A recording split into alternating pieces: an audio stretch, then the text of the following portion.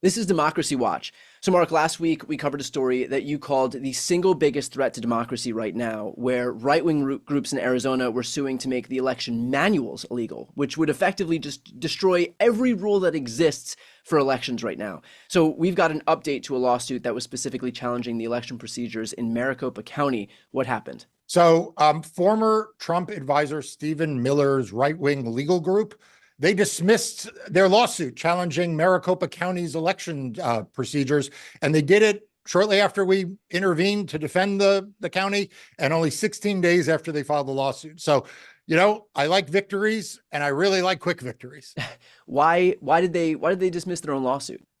I mean, look, who knows why any Trump lawyer does anything? But if they didn't go through the trouble of bringing the lawsuit, was it the fact that like now they realize that maybe they tried to like sneak in under the radar or and then recognize that they were going to have serious opposition?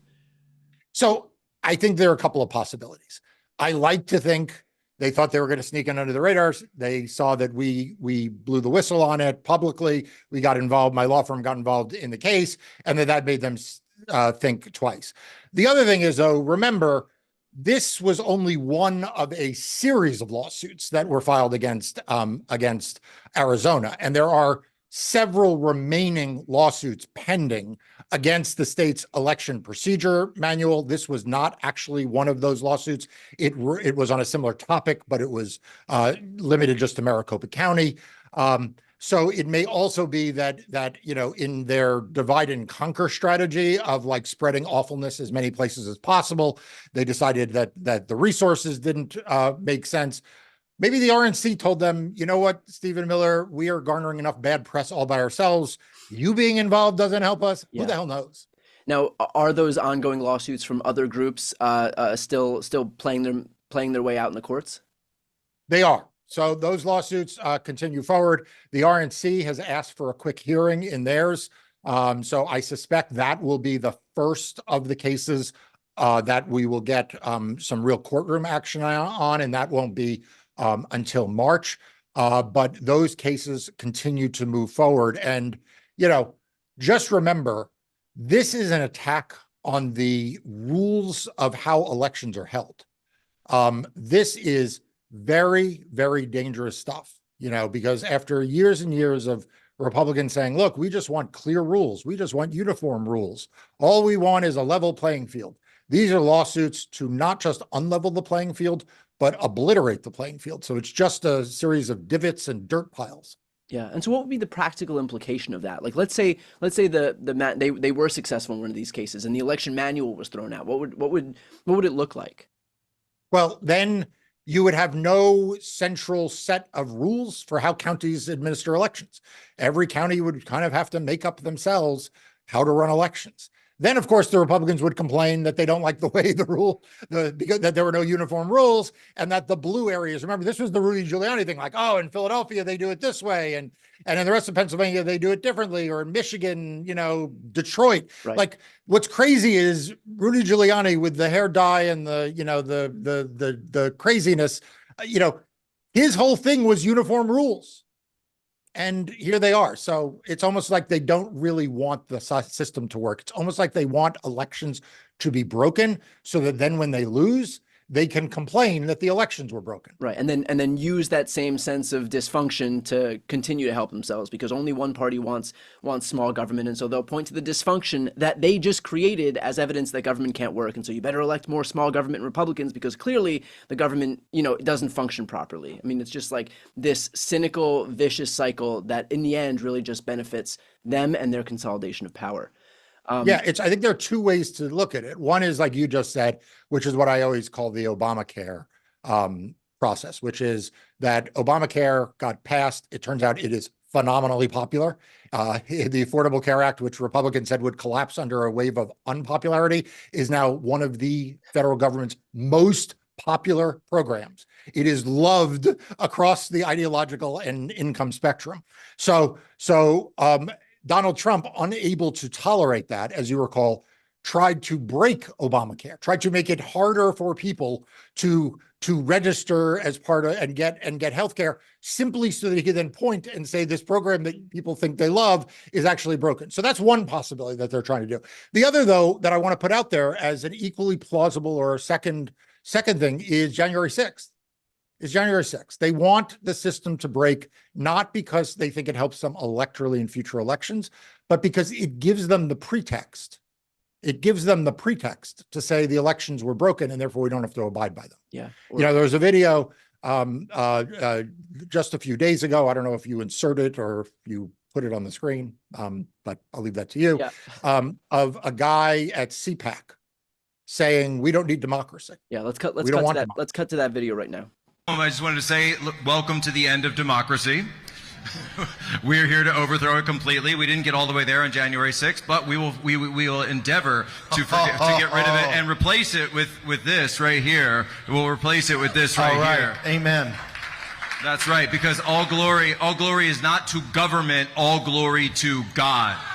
Yeah, it's terrifying, right? I mean, this is a prominent Republican, a prominent conservative with a large following, saying that we want to do away with democracy. So breaking elections is one way to justify what you just heard. Now, of course, all of this underscores the importance of the work that Marc and his team are doing in the courts to preserve democracy at the same time that the Republicans are trying to undermine it. So if you want to support Marc and his team, the best way to do that is to sign up for Democracy Docket. It's the free news outlet Marc founded to focus on everything voting elections. I'll put the link right here on the screen and also in the post description of this video. Marc, I want to read an excerpt from the complaint that was originally put forward in Stephen Miller's complaint. The defendant's administration of elections in Maricopa County has been sloppy, shoddy, and rife with mistakes. Their mismanagement has made Maricopa County and the entire state of Arizona the laughingstock of the nation. Is this vague whining actually a predicate for a lawsuit? No. I mean, first of all, it is rich coming from a Donald Trump lawyer about anyone making themselves a laughingstock of the country. I mean, if you wanted to start with laughingstocks of the country, you could start with the beginning of Donald Trump's legal team and go all the way through it, including Mr. Miller. There are lots of laughingstocks coming out of the Trump legal team. Let us not forget when he was president, this was the Mr. Inject Bleach guy, and the shine lights to do away with COVID. Use a horse drug to do away with COVID. Like, laughingstocks really are not the place that the Republicans ought to lead with. But to answer your question is no, it's not a legal claim. It is not a legal claim to say that Republicans don't like the way that Maricopa County administers elections, and that he and his ilk find humor in it. Let's finish off with this. The Stephen Miller Group voluntarily dismissing their own lawsuit. Do you find that that's less cause to worry about, something that you yourself called the biggest threat to democracy? Absolutely not. Right now, there is a legal assault going on against free and fair elections in this country. Every day when we are consumed by the news of the day, so much of it's silly news. I mean, let's just be honest. A lot of the stuff you're seeing on the mainstream media about, who's up and who's down, what insider is the horse race, what disgruntled insider is spreading gossip about, the president or campaign, that's all nonsense. Okay. There is a legal assault going on against democracy and free and fair elections every day. And the Republicans want you to focus on this nonsense so that you are not focused on that legal assault.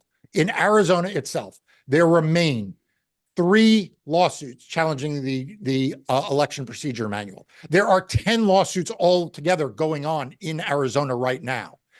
The Republicans and their conservative allies have filed 10 new lawsuits just this year around the country, and it's only beginning. Donald Trump replaced Ronna McDaniels, not because of her last name, not because of any of the other things we joke about, but if you listen to what he said, he replaced Ronna McDaniels because she's not doing enough to deny the outcome of elections, to spread the big lie, and to set up challenges to 2024. So rather than us taking the bait and joking about the other things about Ronna McDaniels, let's keep our eye on the ball. There is an assault on American democracy. They are saying the quiet part out loud. They are screaming it from the stage of CPAC, which is their big confab for this stuff. Donald Trump says it in every rally. Believe it. Subscribe and pay attention to what Brian tells you every day on this channel. Pay attention to what we publish in Democracy Docket.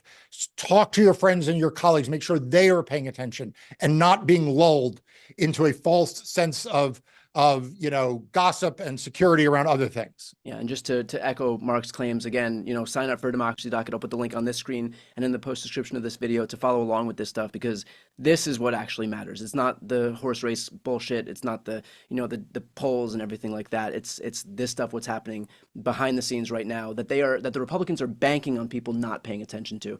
With that said, we'll obviously stay on top of this stuff. I'm Brian Tyler Cohen. I'm Marc Elias. This is Democracy Watch.